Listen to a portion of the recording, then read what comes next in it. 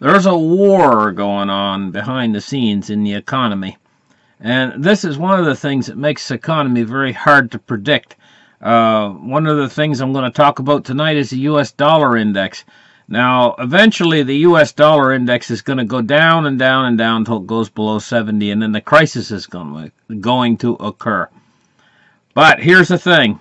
The dollar was up around 103, and it has been dropping back to around 97. The Federal Reserve, with what they're doing, will underpin strength into the dollar. Now, I'm going to read you an article here by Federal Reserve Robert Kaplan. He's a Dallas Federal Reserve president. And he has something he wants to say here about the market. He says, in an interview Tuesday with CNBC, he set a course for fairly aggressive path of rate hike coupled with reductions in the central bank's balance sheet for the remainder of the year. However, he doesn't think that because the economy is about to take off. Instead, Kaplan sees growth like continuing on a path of about 2% and not 3%. Or more boom across domestic product that Donald Trump and his economic advisors have been forecasting. Two things drive GDP growth in the labor force and growth in the productivity, he said in a live interview in Squawk Box. The problem is labor force growth is very sluggish, and by my own judgment, our economists at the Dallas Fed think it's going to continue to be sluggish for the next 10 years because the population is aging. Labor force growth, therefore is slowing.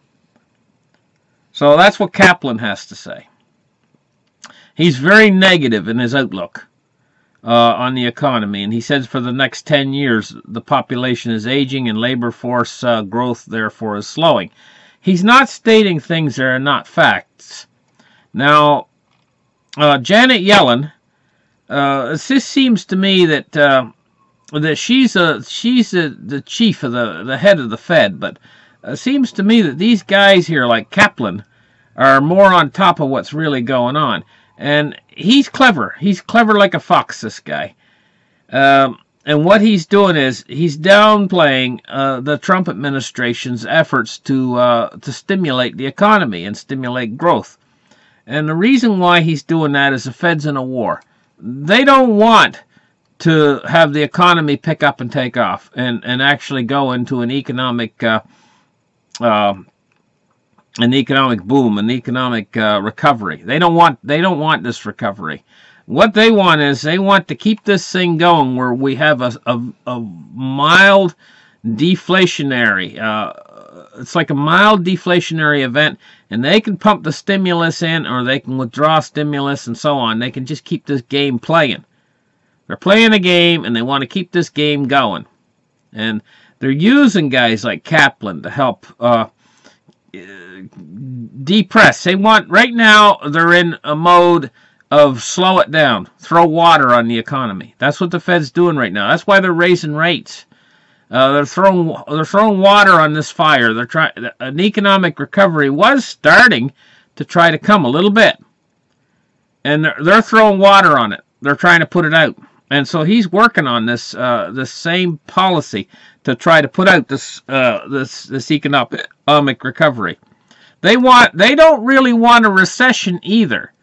They want a very, very slight. I've tried to explain this before, how when the economy starts to dip too much, these guys get scared.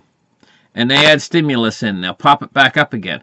But then when it starts to go up too high, they want to bring it back down and keep it cooled off. And so it was starting to go up a little bit. Now they're bringing it back down. Now it's on the slope, starting to come back down again. And why I say that is, you see, inflation rates were going up.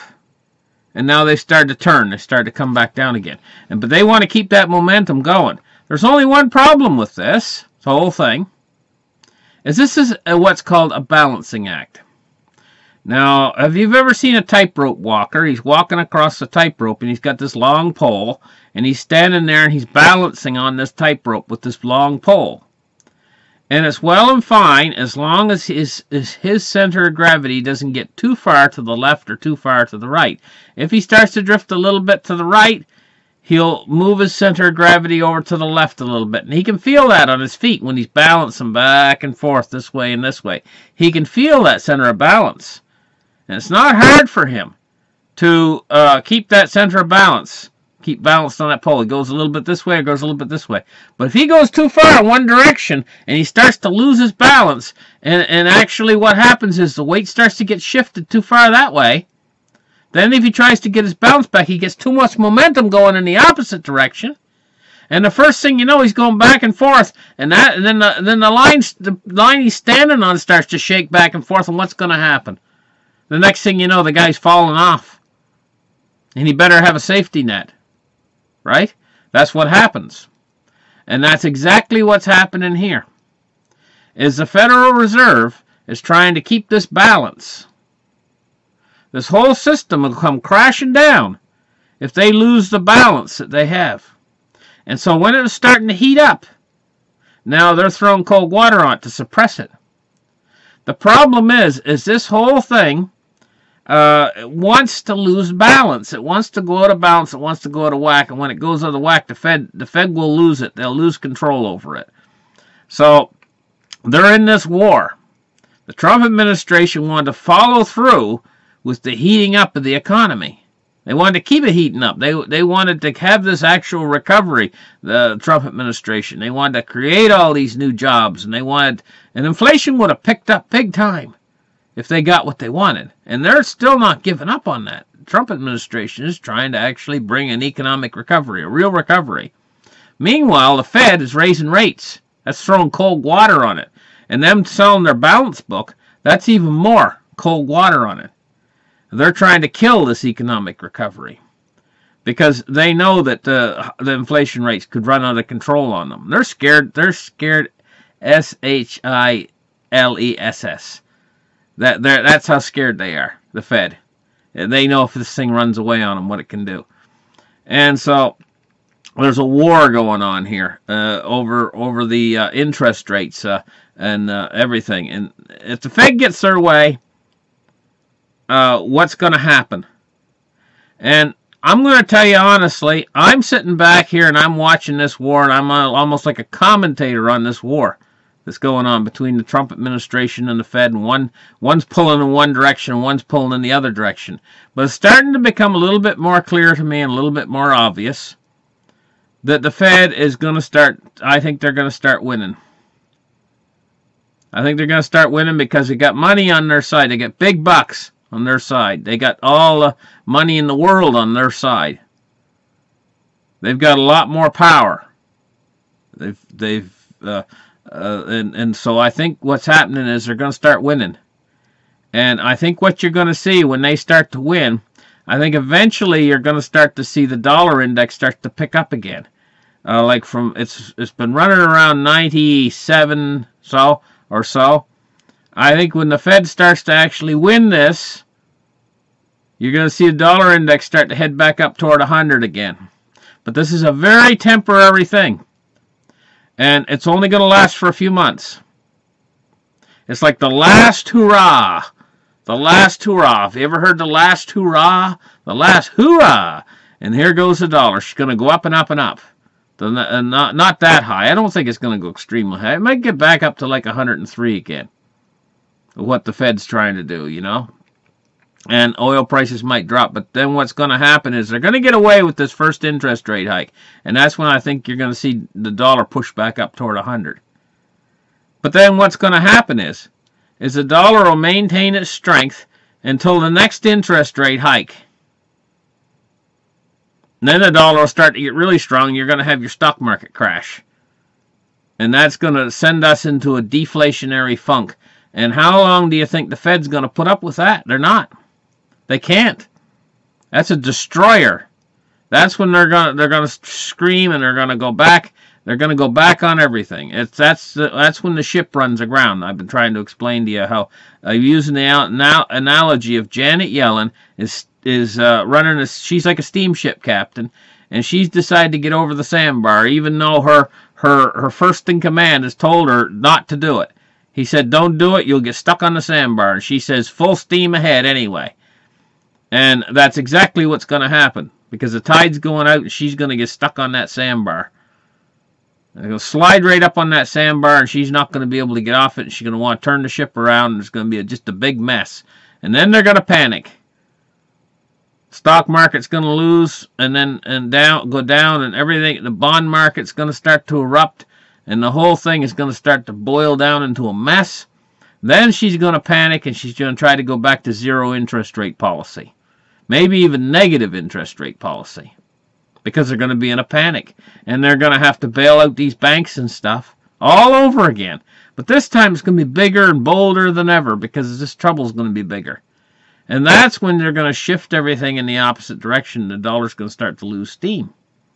At the same time, and all that's happening, that's when they're going to start to, the oil's going to start to decline. And sure enough, they're going to pick up the amount of oil, is going to start to decline, because we're going to be working through this glut the whole time. And then what's going to happen is the whole thing's going to start to boil down into a mess. Prices are going to start to go up, and we're going to finally experience the real economic recovery after the Fed shifts into the opposite direction. So when they shift into the opposite direction, they change gears. Once they run aground, we're going to go through a short-lived period of deflation. It's not going to be pretty. The Fed's going to scream to high heaven that the sky is falling. And they're going to get support for all their banker buddies. New rounds of bail-ins for everybody. Everybody come up to the bar and get the drinks. Free drinks on everybody from the Fed. And this is just opening the punch bowl for everyone to have all they want. Right again. Right now they've closed the punch bowl and everything, right? And everything's drying up. This is going to be opening the floodgates of money. And that's what they're going to do when they panic. When this thing turns. And then what's going to happen after that is you're going to see a real economic recovery. And that's when the price of oil is going to go way the hell up. And the reason why is because you've just reached the point at when that economic recovery comes, a few months down the line, you're just going to reach the point where West Texas can't keep up anymore. With the amount of oil that's needed. And the economic recovery is going to make everybody want more oil. It's just simple math where you get a real economic recovery and business and everything starts to pick up everywhere worldwide. There's going to be demand for oil is going to go up. And it's going to be timed right in time with West Texas starting to decrease in their oil production. Then Saudi's going to have a noose hold on everyone. OPEC and Saudis are going to have a stranglehold on everyone at that point, and they'll know it. And when they get that stranglehold, you're going to see oil go back up again. That's when the death of the dollar is going to occur. So see, the whole thing is going to happen like 1, 2, 3, 4, 1, 2, 3, 4, just like you're marching. 1, 2, 3, 4. If you know the steps, it's going to happen. So before that happens, though, we're going to start to see deflationary period we have to go through. So that's going to strengthen the dollar. But it's that deflationary period that's going to stimulate the crisis that's coming. That's the trigger to stimulate this crisis that's coming. And this deflationary period. Now the reason that's going to cause this deflationary period is what the Fed's doing. So either way, this crisis is coming. Because if the Fed hadn't have done this, if the Fed had left interest rates alone and everything, we would have started to have the economic recovery anyway. See? If the Fed had left everything the way it was. But by doing this, they're gonna cause a deflationary crisis, which will lead into the same thing. So it's like two paths. You got the high road and you got the low road. So they got a fork in the road here. You can go in two different directions. You can either take the high road or the low road, but they both lead to the same spot in the end. Hyperinflation. It's just that if you take the low road, you're going to have to go through a period of deflation first before you get to the hyperinflation. And it looks to me like we're going to take the low road, that we're going to go through that period of deflation first. And so these deflationist guys that are preaching that the deflation's coming, they're going to be like, hurrah, we told you so. We told you this was coming. That's what they're going to be like. And in fact, when we're in the middle of the deflation that's coming, it's going to look like they were all right and everything, right? But that's going to trigger action. Because they can't leave it that way. They can't leave deflation. Can you imagine if your dollar's actually strengthening to the point where if you leave the deflation alone, the dollar just keeps getting stronger and stronger? This means that it would be harder and harder to pay off the government's unfunded liabilities. It's not going to happen. That ain't going to happen. In the end, they would have old people with canes beating on the government door and out to get you. The old people. They would be like, where's my Social Security this month? And the government says, well, we're going broke. We can't afford to pay it. That ain't going to happen. That's the hard way. If the government was to do what's right, that's the way they should go. They should default. They should keep the dollar from getting too. They should. That's the way they should go. But they never go in that direction. What they're going to do is they're going to go the direction that tears this country apart. Hyperinflation. They're going to save their own throats by paying everybody. And the only way they can do that is make the money they need to pay everyone, to make everyone happy. And that's the direction they're going to take. And that's going to just kill the dollar. So that's what they're going to do ultimately. They're going to kill the dollar.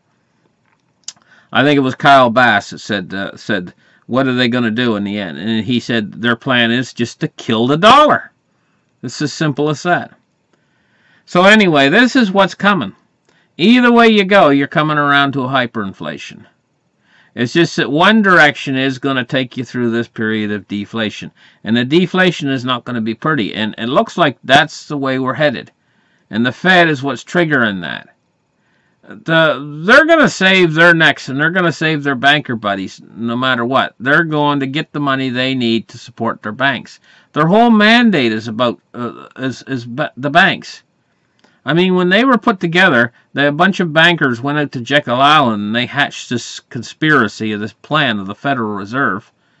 When they did that, it's a privately owned institution. The whole thing, and its mandate is to save the banks, and so the banks own it, they control it. It's not part of the federal government. It's about as Federal Express, and they actually are going to support these banks when these banks get in trouble. And this is the whole thing. I think this is why they're doing it. They want to get the banks in trouble so that they can go through another round of giving money to their banker buddies. If they scream the sky is falling, just like they did in 2008, that's what they did. They got out there and they were like, oh, if we don't get this money, I had Henry Paulson out there, and he was like, if we don't get this money, the whole world's going to come down, everyone's going to die, blah, blah, blah.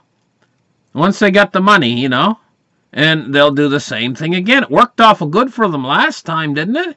They all got rich. Well, all they got to do is to stimulate the same kind of a meltdown of the economy that they had in 2008, and then they just got to go through the same process again of screaming the sky's falling, we need all this bailouts and all this money. Like they asked Ben Bernanke, they said, Ben, where did that money go? Tell us what happened to the money. And he said, no. It's as simple as that. Because he has so much power. They've given the Fed so much power that the Fed can take out and go and squander out $1 billion on whatever the heck they want.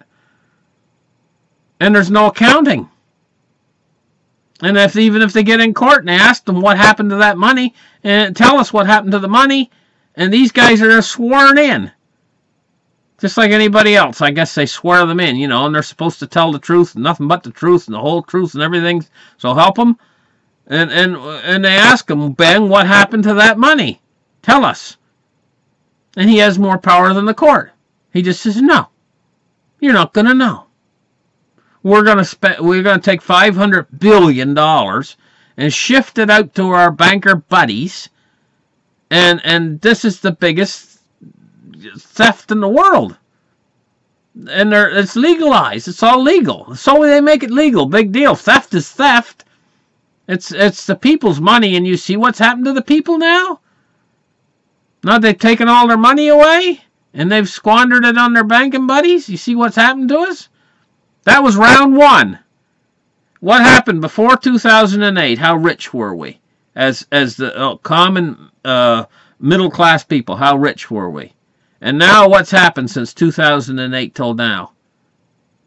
Now we're all out on the street with a tin cup, practically. Now what are they going to do with this when round two comes? You know how in a prize fight, they ring the bell, they go, everybody come out fighting, round one, blah, blah, blah, blah, blah, right? Ding, and then they go, ding, ding. Well, that was round one. 2008 till now was round one. Now they're going to ring the bell and do the same thing all over again. This is round two. And each time, we get more beat up. What are we going to look like when they're done with us on round two? Because you remember how prosperous we were as middle-class people back before round one. At the end of round two, how poor are we going to be? And these fat cats are getting richer and richer. And we're letting them get away with this baloney. You know, we're letting them get away with it. We're just sitting back, watching Dancing with the Stars. They're keeping us well entertained. And they own the media companies. And we have to pay for all this crap. I'm going to tell you something else. One of the biggest rackets there ever was is these cell phones. And these cell phone companies. What are they selling you? Air. They're selling you airtime. Air. They're not paying nothing for that. And they're the minimums is like $100 US a month. And what are you getting? A bit of texting. It doesn't cost them nothing. They've got the internet and all that airtime between all these cell phones, and every single person, every single teenager you see is paying $100 a month? For what? Now you add all that money up. Just sit there and start adding it up. It's big bucks. Where's it all going? Into the military-industrial complex. These guys, and they own all the hospitals. They own all the drug pharmaceutical companies and everything. Do you know how rich they're all getting? They're all getting so rich on the backs of us, and we're just getting poorer and poorer and poorer. In the end, you won't be able to feed yourself. And this is what they want. They want you to starve to death. They don't care about you. You're the middle class. You're the scum, as far as they're concerned. They're just as bad as Marie Antoinette was back before the French finally revolted. They said to Marie Antoinette, they said to her, what about the poor people out there? What are they going to eat? And she said, let them eat cake. They didn't have anything to eat. And she didn't care. She was just like, let them eat cake. As if they had cake to eat. And that's the same way with these rich people now, the 1%. They're riding on all of your backs. If you think that you can ever get ahead working, I'll tell you that the people are just, the cars are just, they're driving their cars for all they're worth. They'll pass 4 or 5 people in a lane. They'll pull out around you and pass 4 or 5 people with a car coming head on because they're anxious to get to work to try to get ahead. But they're not going to get ahead. They can't possibly get ahead because the system is rigged. You're not going to get ahead. There's no sense flooring your minivan and a big black cloud of smoke comes out of the back of it and trying to pass 4 cars to get to work in time so that you can try to get ahead because there's no sense in getting ahead. The government's going to rip you off, and all that money you're trying to get ahead, you're going to put it in the bank for your IRA, for your retirement. Guess what, buddy? That's all empty already. All of your retirement accounts that you're shoving money into these retirement accounts, hoping, dreaming about when you retire, how you're going to have your house in someplace beautiful in the Caribbean or someplace, and you're going to have this new car you're going to drive and everything else because you figured out how much you're going to have in retirement because of the interest you're going to get and everything else. Guess what? It's all hollow. If you go in now, you might get some of that money because they're keeping a little pool of money for people that come in early, right? But the big pool of money that everybody's put in all these years The banks have already siphoned all that off and spent it already. It's hollow. It's a hollow reed. But it looks like it's still full because the people aren't coming in. It's the same tactic they pull if everybody came in and wanted their money right now. It's not there. They don't have it.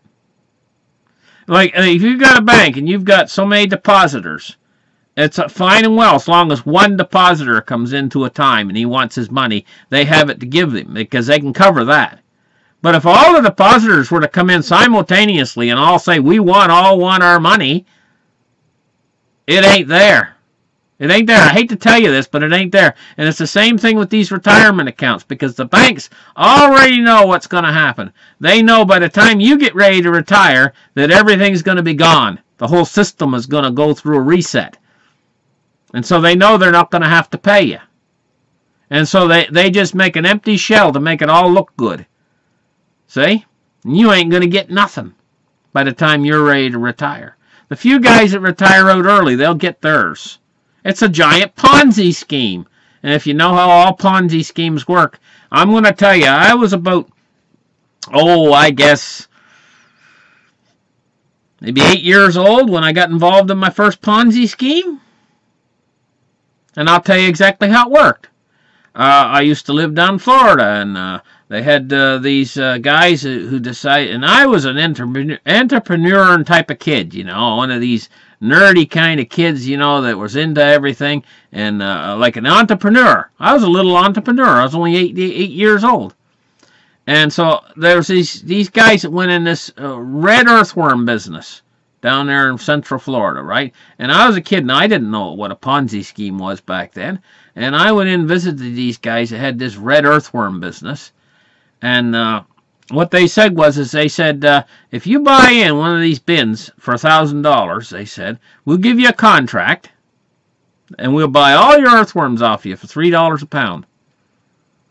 And so my parents are talking to them and stuff, and I was talking to the guys, and I said, I invest $1,000, I said, and I said, I'll get, they'll set me, said, yeah, we'll set you up with an earthworm bin that you grow the earthworms in, with earth in it, and we'll give you 20 pounds of earthworms, and you can get out there, and those 20 pounds will turn into 40 pounds in 2 weeks of earthworms. You feed them. You feed them what's called wet garbage. It's stuff that comes from restaurants and stuff, the waste that comes from restaurants. And you dump it on top of the earthworms, and the earthworms will eat it. And they double every I think it was something like 2 weeks or something. I forget exactly how long it was, but the earthworms, the weight of them will double in the bin. And then you separate them, and then you sell the earthworms back to the earthworm company for I think it was $3 a pound or something like that if you had the contract. And so I said to myself, well, if these guys are selling them for $3 a pound, if they're worth $3 a pound, I said to myself, I could make a lot of money.